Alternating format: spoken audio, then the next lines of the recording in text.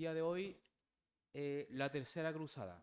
Y, y como tal vez, ¿cierto? La Tercera Cruzada es tal vez una de las más icónicas y la más importante, podríamos decir, respecto a las demás.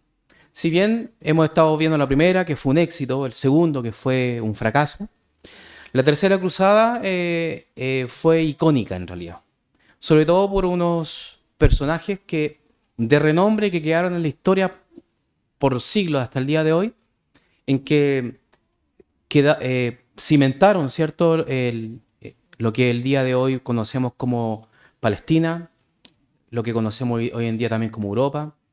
Entonces, lo que sucedió ahí, en este periodo, la Tercera Cruzada, es prácticamente la cruzada más sangrienta, la que tuvo más pérdidas humanas. Y siempre con una, con esta ecuación que le digo yo como acción-reacción, ¿cierto? Sucede algo y posteriormente viene una cruzada, ¿cierto? Pero esto no, tenemos que más o menos situarnos, ¿cierto? Siempre en los mapas. A mí me gusta siempre ponernos en contexto, ponernos en el lugar donde estamos, ¿cierto? Para saber qué está ocurriendo alrededor nuestro. Y lo que está sucediendo, ¿cierto? En el mapa es lo que actualmente está y conocimos, ¿cierto? Como los estados cruzados, ¿se recuerdan? Donde Edesa se perdió, pero la tercera cruzada fue motivo por lo que está sucediendo en el mapa, que justamente son los territorios que adquirió, ¿cierto? Reconquistó un personaje peculiar, un personaje de un valor histórico tremendo, un musulmán, pero que quedó tanto en el occidente como también en el oriente en la historia. Y este hombre es Salahadín, o también conocido como Saladín en el latín. Saladín. Y lo que sucedió, de hecho, es como que vamos detrás para adelante, ¿cierto? Al revés. Finalmente quedó así el mapa, de esa manera. Jerusalén y el territorio del reino de Jerusalén en gran parte en manos de Salahadín. Y eso es lo que vamos a revisar hoy día. Eso es lo que vamos nosotros a empezar como a interiorizarnos, ¿por qué ocurrió esto? Y antes de esto, o sea, esto fue el resultado, esto fue lo que sucedió posteriormente. Así quedó los países cruzados, ¿cierto? Los estados cruzados, perdón, quedaron de esta manera. Prácticamente Trípoli, Antioquía y Armenia quedaron como los tres estados, ¿cierto? Que se mantuvieron dentro de la gobernación y territorios cruzados. Pero todo lo demás se perdió. Y vamos a ver qué es lo que particularmente sucedió. Tercera cruzada, ¿cierto? ¿Cómo inició? Tal vez es la pregunta que podemos nosotros hacer. Y todo inició, ¿cierto?, con una batalla, con la caída particularmente de Jerusalén en el 1187. Pero no solamente fue como por Jerusalén, ¿cierto?, sino que hubieron eventos que finalmente culminaron, en este caso, con la caída de Jerusalén de forma completa. Se perdió la Tierra Santa, se perdió. O sea, fue reconquistada nuevamente por los musulmanes. Habíamos quedado que fue en este caso Edesa solamente se había perdido y se había mantenido todos los demás territorios. Pero en particular Jerusalén, se perdió en el 1187. No solamente Jerusalén, sino que varios territorios dentro del reino de Jerusalén. ¿Sí? Porque el reino de Jerusalén comprendía y era parte, ¿cierto? Sus territorios no solamente estaba en la capital Jerusalén, pero había muchos más y que también se perdieron con el tiempo. Y eso culmina, ¿cierto?, con la bula, perdón, de parte del Papa, ¿cierto? En ese entonces fue Gregorio VIII, que declara, ¿cierto? Y comenta, ¿cierto? Lo que nosotros entendemos como auditata tremendi, ¿cierto? Que es parte de un contexto como formal, diciendo de que había que salir a pelear, había que salir a defender los territorios cruzados. Pero no podemos nosotros, de hecho, lo más interesante de toda esta cruzada es cómo partió esto. Y de hecho eso es lo que tal vez vamos a interiorizar y posteriormente revisar lo que sucedió, porque hay varios nombres que tenemos que revisar. Uno de estos nombres es justamente el que le había comentado, que es Salahadín o Saladino. Saladín en otros tal vez traducciones, ¿cierto? En otros países. Saladino o Salahadín, ¿cierto? Este hombre, ¿y por qué pongo ese, particularmente la portada, ¿cierto? De la propia película, ¿cierto? Que es El Reino de los Cielos, que es una película que fue inspirada, ¿cierto? Con algunos aspectos históricos, algunos que pues, los pasó a llevar, ¿cierto? Porque no es completamente fiel a la historia, fiel a la historia real de lo que ocurrió, pero es más o menos para que ustedes enlacen si alguna vez quieren ver esta historia a través de internet, lo pueden ver súper bueno. Pero Salahadín, ¿cierto? En este caso su nombre, ¿cierto? Significa unificador de la fe. Fue reconocido por un singular capacidad, en este caso, de carácter militar, carácter político y diplomático, hermano. Fue de hecho y sobre todo se caracterizó por algo peculiar que no era muy común tal vez en su entonces, que era una caballerosidad y ética militar. Quiere decir esto de que no era un salvaje como cualquier otro. No era si bien era un guerrero, era un general, ¿cierto? Un líder, pero tenía cultura, tenía cualidades, ¿cierto?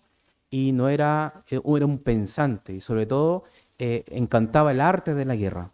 Entonces siempre cuando se encontraba con un adversario que era digno tal vez de él, digno de su potencia, él entregaba la admiración por ese y respeto, ¿cierto?, por ese adversario y generaba en este caso treguas y había un sinfín de cualidades que él respetaba respecto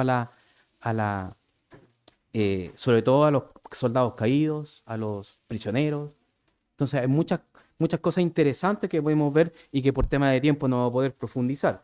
Pero Saladino es una de las figuras más predominantes, ¿cierto?, en la historia del mundo musulmán durante la época, en este caso de las cruzadas. Es conocido por su esfuerzo de confrontar a los cruzados y reconquistar, en este caso, lo que sucedió finalmente como empezó la tercera cruzada, que es la reconquista de Jerusalén, que fue un golpe tremendo, ¿cierto?, para el mundo europeo, para el mundo antiguo, ¿cierto?, con el occidente, ¿cierto? Occidente desde el lado, claro, de Medio Oriente. Fue, en resumen, ¿cierto? Saladino, para no profundizar tal vez en el personaje, Saladino fue un recordado líder musulmán, uno de los más grandes tal vez en su época, que justamente nació, ¿cierto? Y se desarrolló en un ambiente donde estaban ya los cruzados sitiados, ¿cierto? Desde la primera cruzada, ¿cierto? Desempeñó un papel muy importante de la formación y el ascenso temprano al poder. Fue muy joven al poder, pero asimismo, ¿cierto? Podemos decir en resumen, tal vez, de tanta información que podemos tener de Saladino o Salahadín, de que fue un digno rey. Perdón, un digno rey, un buen adversario, ¿cierto? Un buen estratega, un buen rey, un buen líder que elevó, ¿cierto?, la moral de los turcos musulmanes, ¿cierto? Pasó a ser un sultán, tanto del territorio de Siria y de Egipto. Entonces fue un hombre bastante, bastante importante y no pasaba desapercibido. No era, como les dije yo, una tribu salvaje que hacía lo que quería y saqueaba. No, él tenía algunas cualidades y principios, tal vez podríamos decir, de la guerra. Muy interesante y muy tremendo. Y como él, tal vez como principal, ¿cierto? De hecho, podríamos decir que él sería el protagonista de esta cruzada particularmente. Si bien más adelante vamos a ver otro personaje que es por parte del occidente, ¿cierto? Pero si vemos muy bien, sin inclinarnos, ¿cierto?, de una defensa, tal vez que se nos sale el corazón, ¿cierto? Tal vez decir, chuta, que fome que Saladino tomó Jerusalén, ¿cierto? Pero entendemos que esto es algo en política y conquista, no es algo espiritual, que en este caso Occidente sí lo veía de esa manera, pero esto fue algo que nosotros tenemos que verlo en una perspectiva general, ponernos en el medio, Salahadín versus el Occidente. Occidente lo veía de forma espiritual, Salahadín tal vez no, pero sí sabía que era muy importante, en este caso, la toma de Jerusalén. Él lo veía más como una estrategia militar, lo veía como una estrategia política, más que santa. Pero él sabía que también para los musulmanes, ¿cierto?, al pueblo que él representaba era muy, muy importante. Por eso cuando se le reconoce, se le atribuye el comentario, ¿cierto? Que también figuró en la película, en el reino de los cielos, que dice, ¿qué vale, ¿cierto? Jerusalén. Él dice nada y después dice y todo al mismo tiempo. Porque, y eso tiene una connotación en este caso de lo que era para él, que era nada, es decir, era simplemente unos muros, ¿cierto? Pero para la cristiandad lo era todo. Entonces, fue una de las razones que él tomó Jerusalén de una forma estratégica militar, ¿cierto? Y fue muy peculiar. También sale, lo que está sucediendo, lo que le estoy mostrando, hermano, fue tal vez antes, posicionamos un poquito antes de la tercera cruzada, y justamente con este personaje que también lo vemos como una especie de máscara, ¿cierto?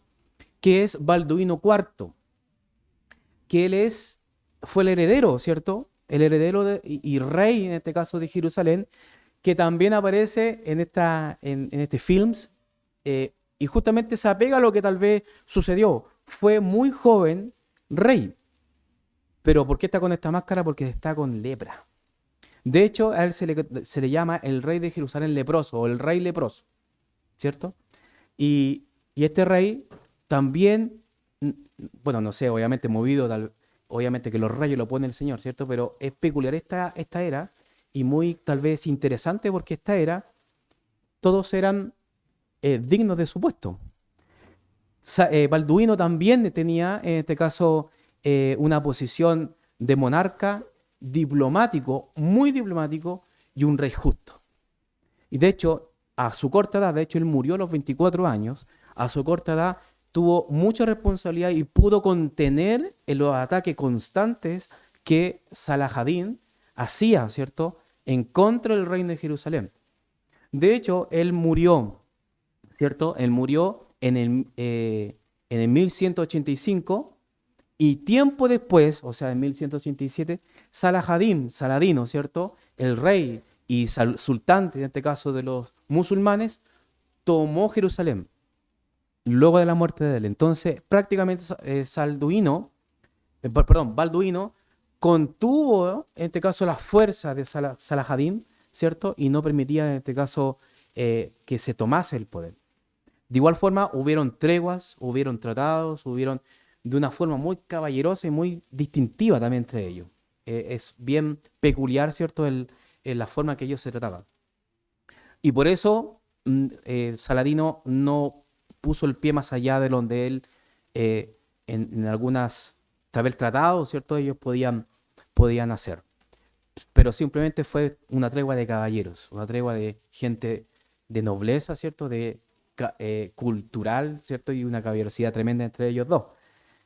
Y hay un personaje también que también está dentro de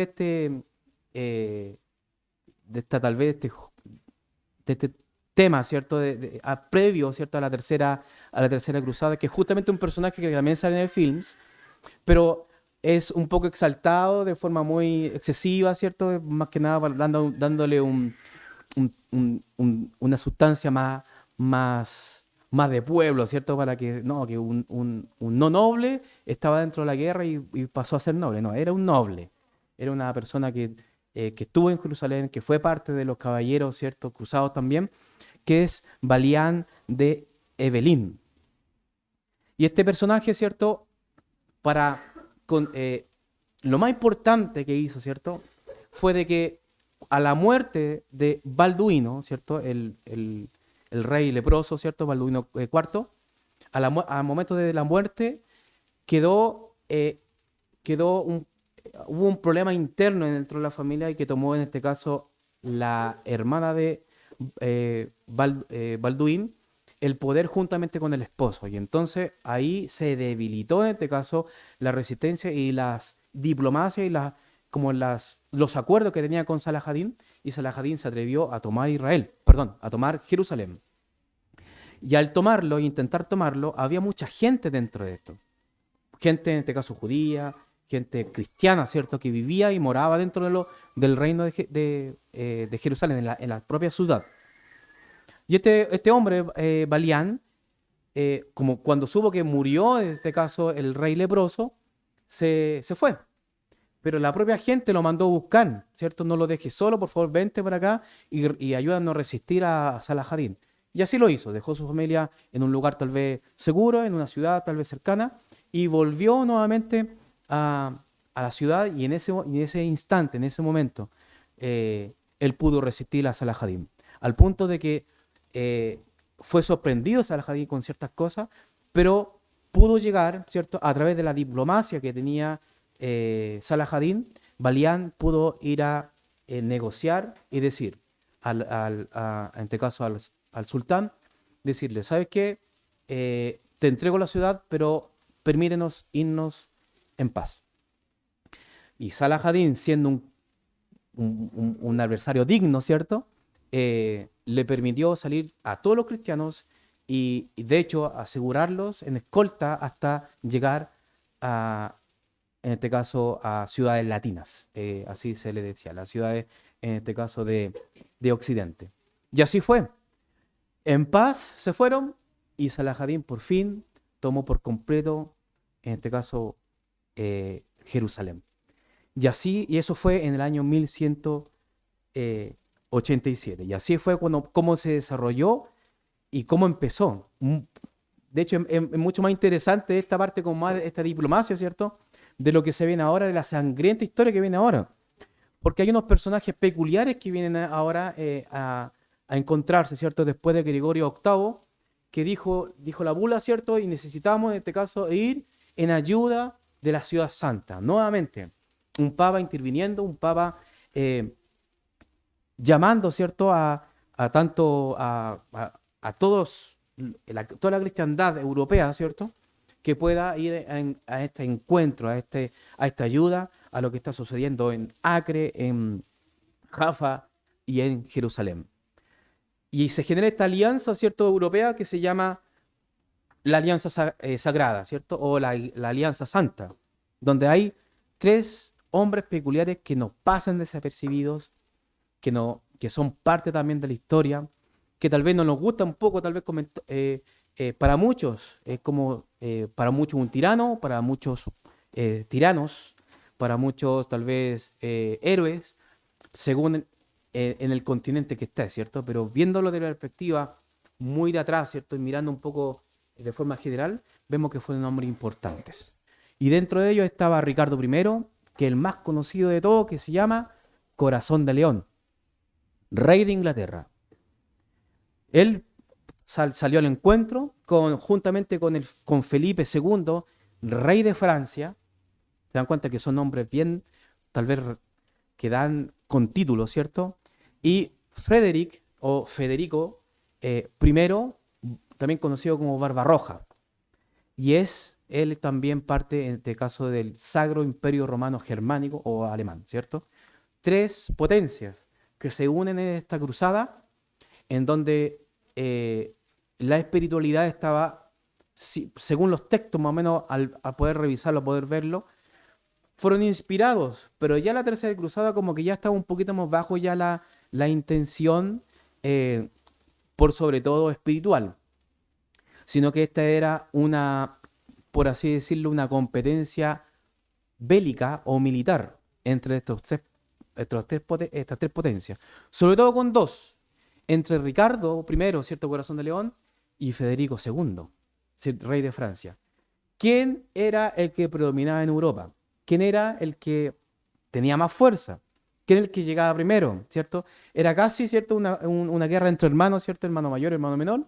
¿Quién tenía la mayor fuerza? ¿Cierto? Y cada instante, en cada paso que daban, ¿cierto? Ellos querían probarse que efectivamente uno era mejor y el otro no. ¿Cierto? Y eso sucedió en este caso en esta cruzada. Ricardo, Corazón de León, ¿cierto? Podemos decir un poquito de su vida. Fue rey, en este caso rey de Inglaterra, ¿cierto? Déspota y despiadado. Algunos libros lo toman de esa manera. Otros, ¿cierto? Como un guerrero feroz. Y efectivamente, hermanos, no es... Efectivamente era como bien extraño porque realmente eran los dos. Era déspota, era sangriento, ¿cierto? Fuerte gran líder, y algo muy peculiar de que tenía control, y eso es lo que muchas veces no se genera. Hermano, estamos hablando de momentos de guerra, momentos álgidos, ¿cierto? Donde está la espada, donde las emociones juegan en contra, donde el espíritu de tal vez en la posición tal vez de estar en una guerra, ¿cierto? La moral está muy baja. Entonces, los líderes son, pero muy influyentes, ¿cierto? En las tropas, ¿cierto? En el ánimo, en este caso, de enfrentarse a la guerra. Y él era prácticamente un inspirador innato. Ricardo Corazón de León. Trataba siempre de mostrar su valía, era hijo de Enrique II, ¿cierto? Eh, no tenía miedo prácticamente a nada. De hecho, él en esta cruzada fue y volvió. Y de hecho, él no falleció, no murió, y estando él, pero de espada a espada con Saladín. Mostró su capacidad, en este caso, de líder y organizador total, ¿cierto? Creó en su tierra una señal de inspiración para motivar a la cruzada, ¿cierto? Era un hombre de verdad que justamente tenía los dotes, era el momento exacto y momentos de guerra que justamente él iba y movía masas, ¿cierto? Fue crucial, y de hecho posteriormente quedó solo prácticamente en la cruzada, pero fue crucial en la tercera cruzada, y su presencia generaba temor en los musulmanes. ¿Por qué? Por las tácticas de guerra, por la contención que tenía Ricardo en la capacidad de liderar, ¿cierto? Y solamente vamos a hablar de él porque resalta de los dos, en este caso de los dos líderes, que es Federico y en este caso Felipe II. Si bien Felipe II de igual forma hizo tácticas, ¿cierto?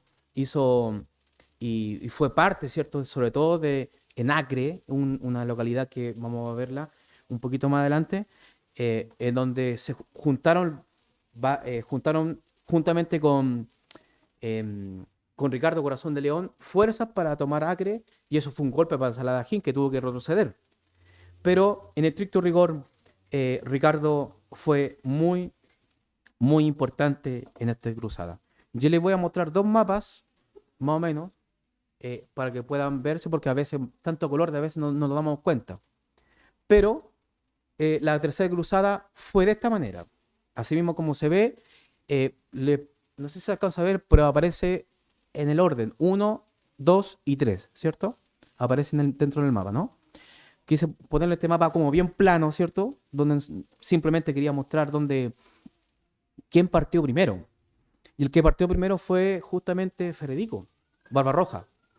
Partió primero, ¿por qué? Porque se dio cuenta de que estaba en desventaja, ¿cierto? Tal vez desventaja en mostrarse también esta competencia que estaba entre Ricardo y Felipe. Pero ¿qué sucedió? Que lamentablemente Federico I Barbarroja de Alemania, o el Sacro Imperio Romano Germánico, fue con toda su caballería, todos sus cruzados llegaron en este caso a Constantinopla. Llegaron.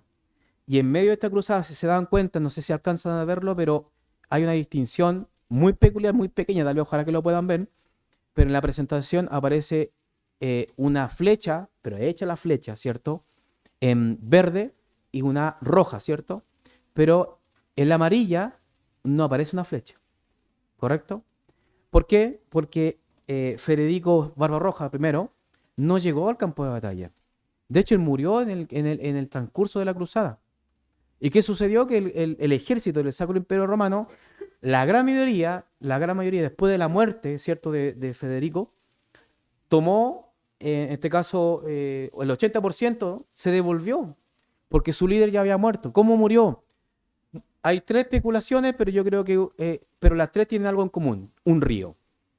Y las tres fueron que o se puso a nadar, ¿cierto? Y la corriente lo llevó, o fue adentro del río junto con el caballo y lo llevó a la mar.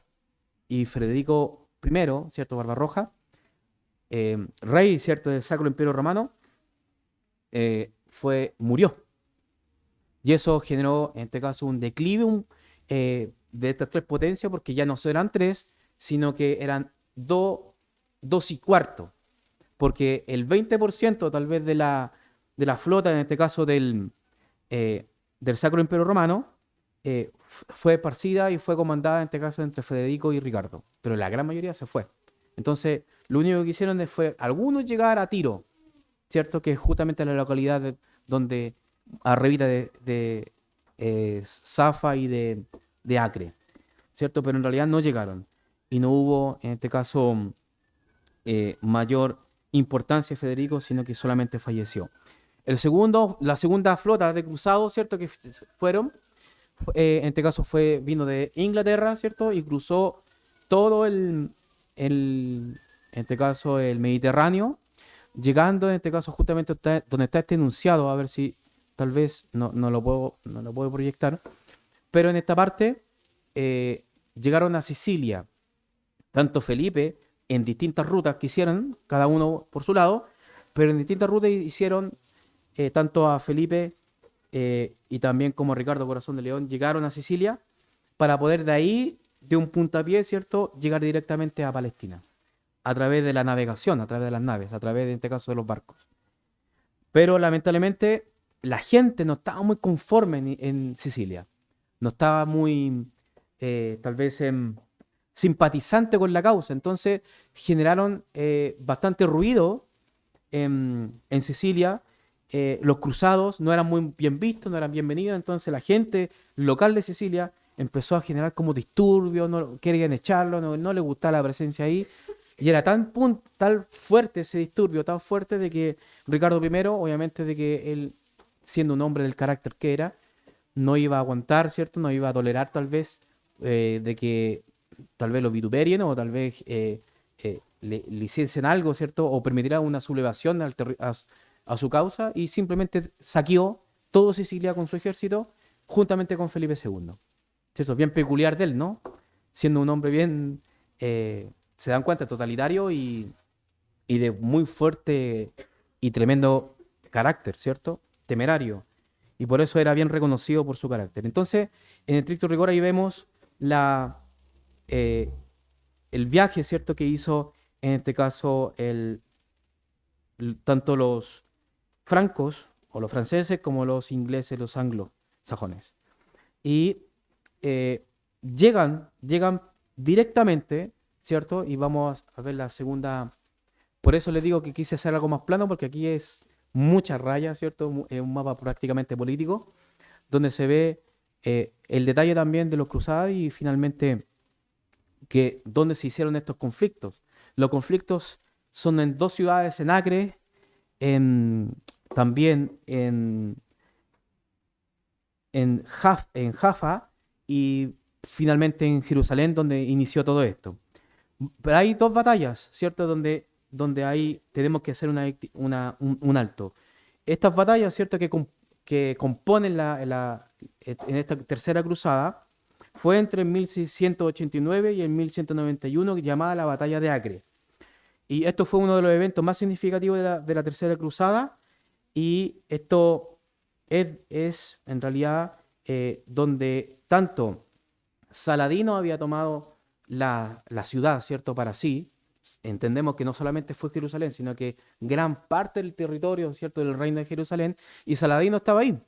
Estaba, en este caso, tomó la ciudad y la fortificó. En este caso, llegaron los cruzados, llegó Felipe II, llegó Ricardo I, Corazón de León, y empezaron la batalla. Y una de las tácticas, ¿cierto?, que hicieron al momento de llegar fue este lanzamiento, ¿cierto?, de que muchas veces vemos en la película, el pastor vio Corazón Valiente, ¿cierto?, donde habían contra los ingleses. Y los ingleses que tenían esta especie de un brazo, no recuerdo el nombre técnico, hermano, pero era un artefacto que ponían tal vez una especie de bola gigante, ¿cierto?, con aceite hirviendo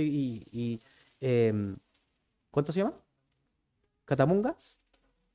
Catapulcas. Y lo encendían, ¿cierto? Y este brazo de alguna forma lo cortaban y inyectaba una fuerza tremenda.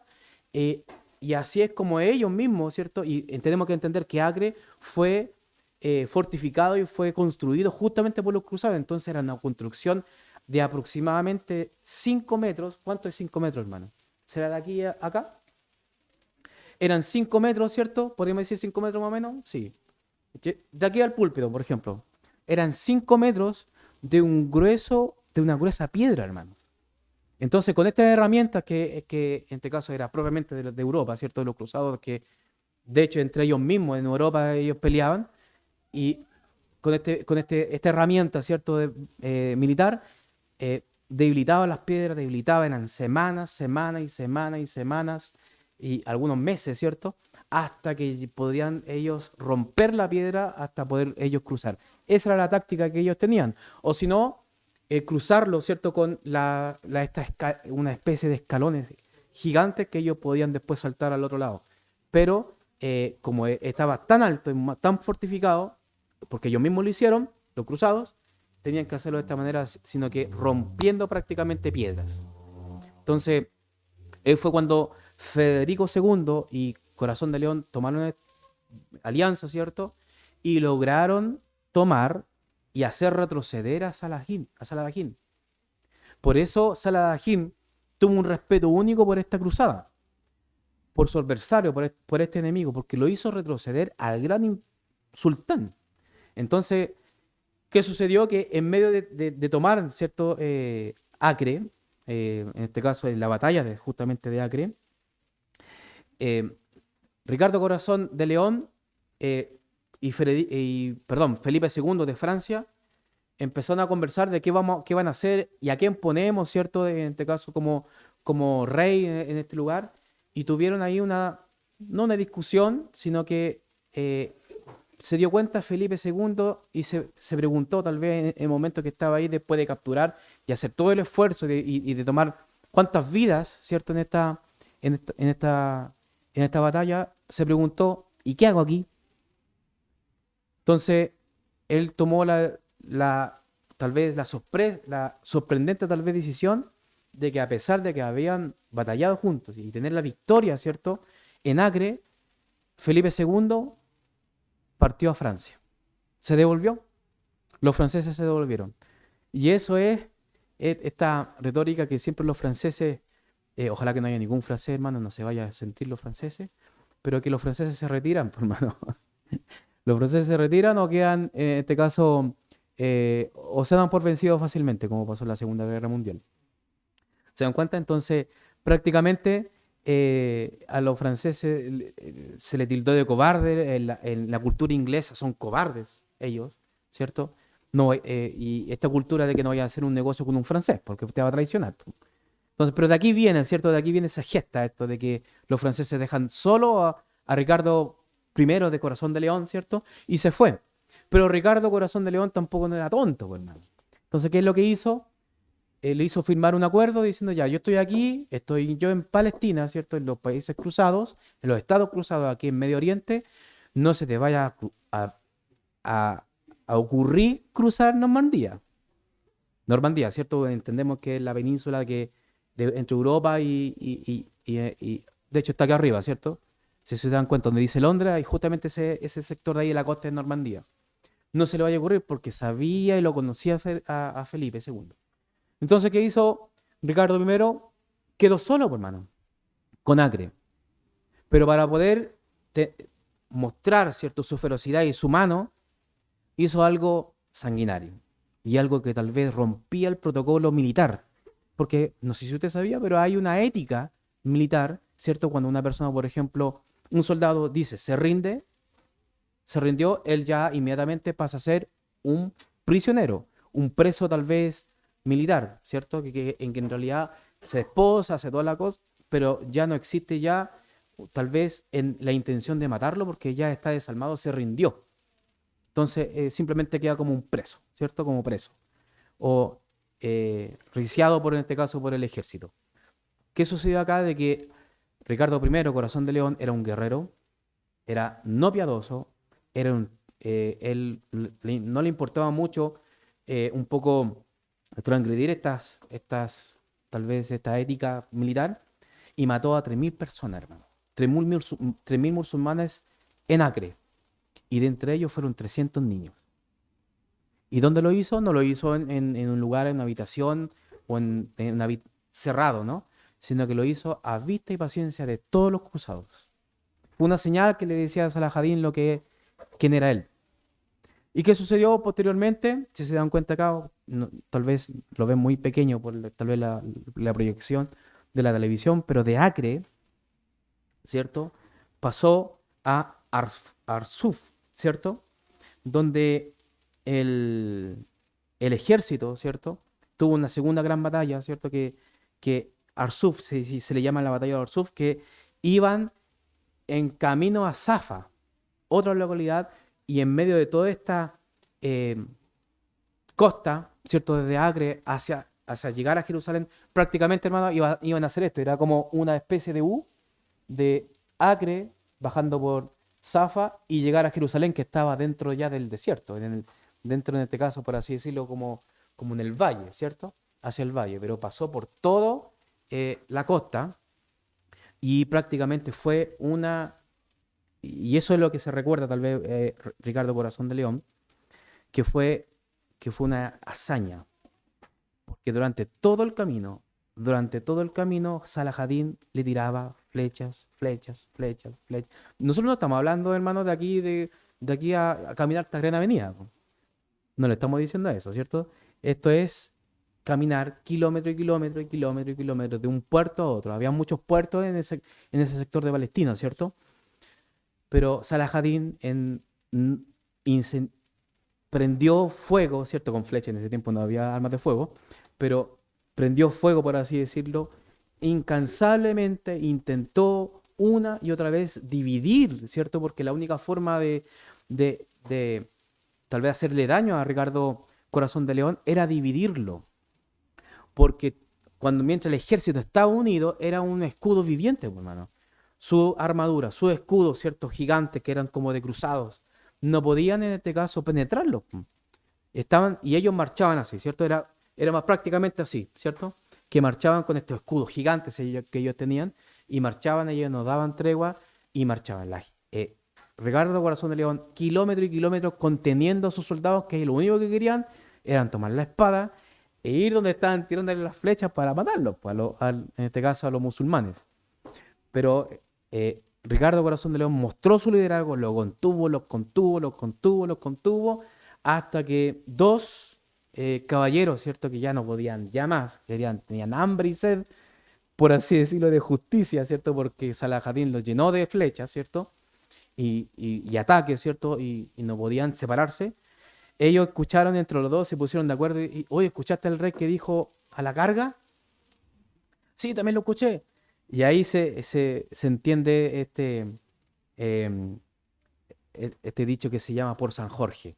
Por San Jorge. Y lo tomaron en este caso estos dos, incentivando a los demás. Y claramente, si tal vez escucharon algo desde parte del rey y se atrevieron a ir en contra, ¿cierto?, de los musulmanes. Y todo el ejército fue, pues, hermano. Y Ricardo primero sabía que no podía contener en medio de ya de un objetivo militar y dijo, perfecto, ya él era hora. Dios, así lo decía él, que Dios nos dispuso la hora. Y marchó contra Salahadin.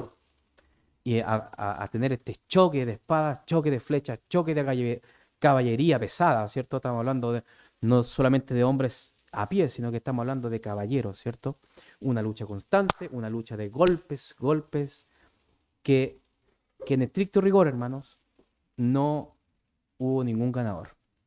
Si lo vemos nosotros en la perspectiva como ni para el occidente ni para el oriente, o para el Medio Oriente, ¿cierto? Ni tanto Ricardo ni como Salahadin, ellos prácticamente empataron. Por número, Ricardo Corazón de León perdió muchísimo, muchísimo más que Salahadin por tema de número, por tema de proporciones, ¿cierto? Porque Salahadin era un imperio gigante, pero nos damos cuenta de que Ricardo Corazón de León no perdió. Y Salahadin tampoco perdió, pero tampoco pudo someter a Ricardo Corazón de León. Entonces era un adversario tremendo, tremendo para él. Tremendo en este caso para Salahadin. ¿Qué sucedió en medio de estas circunstancias, sabiendo de que Ricardo Corazón de León en ningún momento pensó en algo espiritual? Él lo único que quería era la batalla. Lo único que quería era la espada, ¿cierto? Y probar su fuerza y probar su estrategia. ¿Qué es lo que sucedió finalmente? De que tomó una decisión, se detuvo un poco, se detuvo tal vez a pensar, a reflexionar lo que estaba sucediendo, Pero historiadores dicen si que hubiese marchado por la hazaña que hizo, hubiese tomado Jerusalén. Pero él, de alguna forma, le llegó noticias de que, ¿se recuerdan de Felipe II, el rey de Francia? Adivina dónde estaba, justamente en la playa de Normandía. Quería conquistar Inglaterra. Entonces, prácticamente, Ricardo Corazón León tuvo que medir, ¿continúo con esto o hago un tratado con Salahadín? Hago un acuerdo tal vez con Salahadín. Porque yo voy para allá a Jerusalén y la voy a conquistar. ¿Pero a qué costo? Después, cuando me vaya, ¿quién va, en este caso, a, a defender? Y no había nadie. Si él estaba solo prácticamente. Entonces hizo una tregua política y diplomática, ¿cierto? Por primera vez tal vez, para Ricardo Corazón de León, ganándose el respeto de Salahadín. Salahadín mandó a su hijo para que tomase este acuerdo e hizo un tratado que nosotros conocemos como el Tratado de Ramla, que esto fue en el 1192, donde fue un acuerdo entre Ricardo y Salahadino, y aunque no fue tomado los cruzados Jerusalén, no fue retomado, ¿cierto? Eh, pero sí mostró sus habilidades militares, pero Ricardo Corazón de León aseguró el tránsito de los peregrinos a Tierra Santa. Y Salahadín, perdón, dijo que sí. O sea, no tome la ciudad, el conflicto se acaba hasta aquí, pero yo le doy pase libre a los cristianos para que puedan hacer todo su peregrinaje y su libertad y su seguridad va a estar intacta. Y así fue como la tercera cruzada, hermanos, terminó.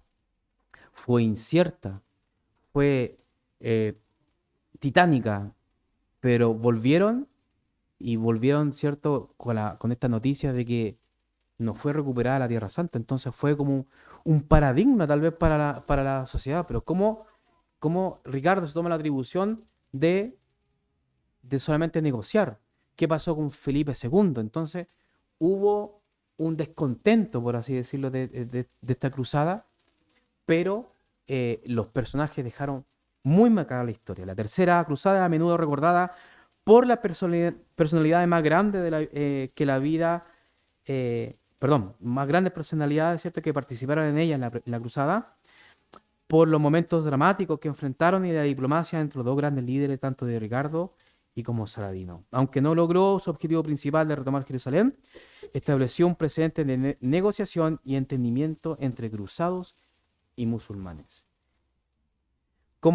Tal vez como un tips, dentro de toda esta historia había, y con eso vamos a terminar, hermanos, harta información, mucha historia, ¿cierto? Pero no podía ser contada de otra manera. Y estaban estos personajes, ¿cierto?, de que tal vez en las películas o en los libros de historia usted va a poder verlo, ¿cierto? Que están los hospitalarios, están los templarios y están los teutónicos. Son tres tipos de caballeros, ¿cierto?, que ellos rendían obediencia solamente al Papa, directamente al Papa, ni al rey, ni a ningún otro general, ¿cierto? Eran dirigidos por un general, obviamente, porque ellos no van a poder, ¿cierto?, ir al campo de batalla de forma particular, pues sería como un suicidio prácticamente. Pero ellos le rendían solamente pleitesía al Papa, o sea, y obediencia, ¿cierto? Tenemos los hospitalarios, que de hecho hasta el día de hoy es una sociedad de caridad, ¿cierto? De que evolucionó, porque de hecho dentro de todo esto fueron los más, en este caso, verdaderos, por así decirlo, porque en realidad efectivamente los hospitalarios hacían su trabajo de ayudar a los peregrinos que iban a Tierra Santa. Ellos eso es lo que ayudaban, ¿cierto? Y resguardaban su seguridad. Pero los templarios, ¿cierto?, dejaban mucho que desear. De hecho, los templarios fueron los que abusaron de ese poder. Muchos de ellos, ¿cierto?, dicen, ¿cierto?, de que en el tiempo de Balduino IV fueron colgados, fueron muchos castigados, ¿cierto? Se tomaban muchísimas atribuciones. De hecho, ellos hicieron una especie de voto, se podría decir, de pobreza, de no tener absolutamente nada. Y algo muy extraño porque en ese tiempo eran los más ricos, ¿cierto?, de los cruzados. tenían poder adquisitivo tremendo, de que eran tan grandes de que tenían más adquisiciones que el propio rey. Entonces ya era algo que tenía que regularse y eso después más adelante los templarios fue una orden que después se eliminó y los teutónicos también fueron una orden, ¿cierto? Que también quedó en el tiempo, ¿cierto? Pero bajo otra orden, bajo otro, bajo otra ruta, ¿cierto? De Tierra Santa. Tierra Santa se entiende Jerusalén, ¿cierto? Pero están ahí los tres tipos de escudos, los tipos de tal vez de colores y de vestimenta, ¿cierto? Que eran muy similares, pero ahí está la diferencia para que podamos nosotros identificarla desde ya. Era muy importante, no podíamos no decir nada respecto a los templarios porque ya estaban participando ya en las cruzadas. La primera cruzada se formó y posteriormente tuvieron la segunda y la tercera y no podíamos no decir nada respecto a ellos. Y eso es, mis queridos hermanos, harta información, pero muy necesaria para poder entender el contexto de la historia y qué es lo que ocurrió. Dudas, consultas, preguntas, aportes tal vez.